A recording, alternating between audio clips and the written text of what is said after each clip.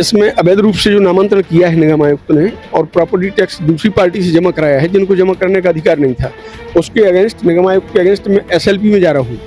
अब इसमें चंचल विश्वकर्मा, चमन विश्वकर्मा और शारदा विश्वकर्मा है, उसके कई आपराधिक रिकॉर्ड भी निकल कर आए हैं आपके सामने। तो क्या वो आपराधिक रिकॉर्ड इस केस में कुछ मायने प्रभाव क्यों नहीं रखेंगे? उनका काम है इसी टाइप के काम करना। गरीब आदमी देखा उसकी प्रॉपर्टी पर जबरदस्ती अवैध कब्जा किया, इसी टाइप के हमारे पास 3-4 मुकदमे आए हैं। मैंने पूरी सूची जवाब के साथ में संलग्न की है, जो सिटी मजिस्ट्रेट के कार्यालय में उस प्रकरण में संलग्न है।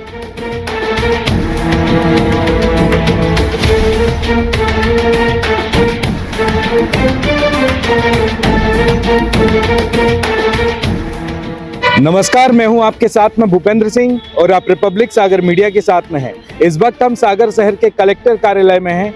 कुछ दिन पहले मैंने एक खबर चलाई थी जहां पर एक दलित परिवार के पट्टी की जमीन पर बने मकान पर कब्जा कर लिया गया था और उसे बेचने की कोशिश की जा रही थी। उसी मामले को लेकर खबर चलने के बाद हमने उस दलित परिवार के पट्टी की जमीन पर बने मकान पर उसको वापस कब्जा दिलाया और उसके बाद मजिस्ट्रियल जांच हो रही है। सिटी मजिस्ट्रेट के यहाँ पेशी लगी हुई है, कल की थी और आज की थी, और पीड़ित परिवार की ओर से वकील खड़े हुए हैं हरदास कुर्मी जी, जो निःशुल्क उनकी तरफ से अब पैरवी कर रहे हैं। और आज पेशी थी तो क्या हुआ उनसे जानते हैं। जो आज आप पेशी में यहाँ पर आए हैं, क्या सिनेरियो आए हैं पूरे प्रकरण? मैंने प्रारंभिक आदेश का जवाब दिया है। आज सिटी मजिस्ट्रेट चूंकि है नहीं, इसलिए 2 तारीख की पेशी लग गई है। इसमें इनको राजीव गांधी आश्रय योजना के तहत पट्टा जारी किया गया था, गवर्नमेंट ने किया था, और प्रधानमंत्री आवास के तहत उसमें बनाया गया था उसको, ठीक है। और जो अनावेदक गण हैं भी आपराधिक प्रवृत्ति के व्यक्ति हैं, उनके 14-15 प्रकरण भी हमारे पास हैं और उनका यही काम है रेगुलर। इसी टाइप से वो गरीबों के मकानों को हड़पते हैं।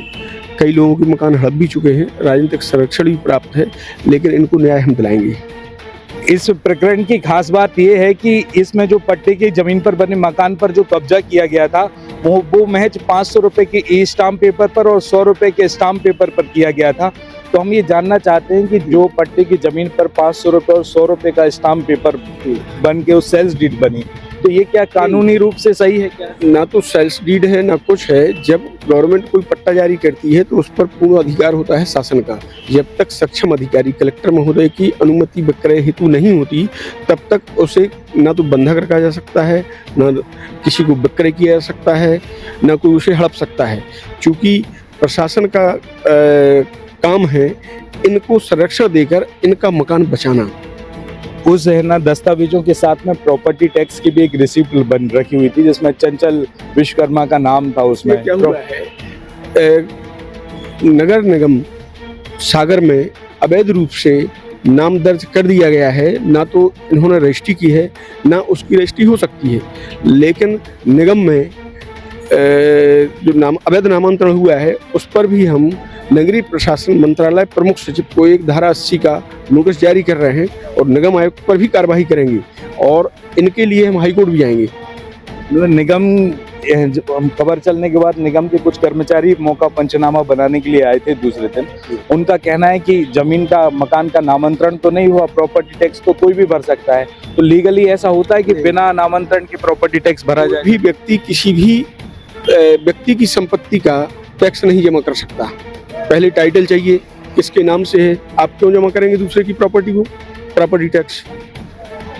अवैध रूप से उसमें स्वामित्वधारी के नाम से नाम दर्ज कर दिया है, इसलिए उन्होंने उसे इससे टैक्स जमा किया है, जबकि ये अवैध है, पूरा गलत है। तो अब आगे की कार्रवाई कैसे होगी और क्या? कार्रवाई ये होगी कि निगम आयुक्त को इनके नाम पर पुनः दर्ज करना पड़ेगा, नहीं तो मैं निगम आयुक्त के अगेंस्ट जाऊंगा। इसमें जो नगर निगम का जो प्रॉपर्टी टैक्स भरा हुआ है, इसमें क्या एक्शन हो सकता है आगे जाके? इसमें अवैध रूप से जो नामांतरण किया है निगम आयुक्त ने और प्रॉपर्टी टैक्स दूसरी पार्टी से जमा कराया है जिनको जमा करने का अधिकार नहीं था, उसके अगेंस्ट, निगम आयुक्त के अगेंस्ट में एसएलपी में जा रहा हूँ। और जो एक परिवार है अब उनको वापस कब्जा दिलाया गया है, ये कब्जा वैसे ही बरकरार रखेगा या कोई दिक्कत आएगी? कब्जा बरकरार रहेगा और ये उसी मकान में रहेंगे। ये थोड़ी ना किसी का मकान हड़प रहे हैं। हड़पने वाली पार्टी तो सेकंड पार्टी है। अब इसमें चंचल विश्वकर्मा, चमन विश्वकर्मा और शारदा विश्वकर्मा है, उसके कई आपराधिक रिकॉर्ड भी निकल कर आए हैं आपके सामने। तो क्या वो आपराधिक रिकॉर्ड इस केस में कुछ मायने प्रभाव क्यों नहीं रखेंगे? उनका काम है इसी टाइप के काम करना। गरीब आदमी देखा, उसकी प्रॉपर्टी पर जबरदस्ती अवैध कब्जा किया। इसी टाइप के हमारे पास 3-4 मुकदमे आए हैं। मैंने पूरी सूची जवाब के साथ में संलग्न की है, जो सिटी मजिस्ट्रेट के कार्यालय में उस प्रकरण में संलग्न है। आजकल आज तक के आपकी वकालत के करियर में इस प्रकार का प्रकरण आया है आपके पास? बहुत सारे आए हैं और हमने गरीबों को न्याय भी दिलाया है। बहुत सारे प्रकरण आए हैं। बहुत बहुत धन्यवाद। इनसे भी मैं कोई पैसा नहीं लूंगा, इनका भी निःशुल्क काम करूंगा और उनको न्याय दिलाऊंगा।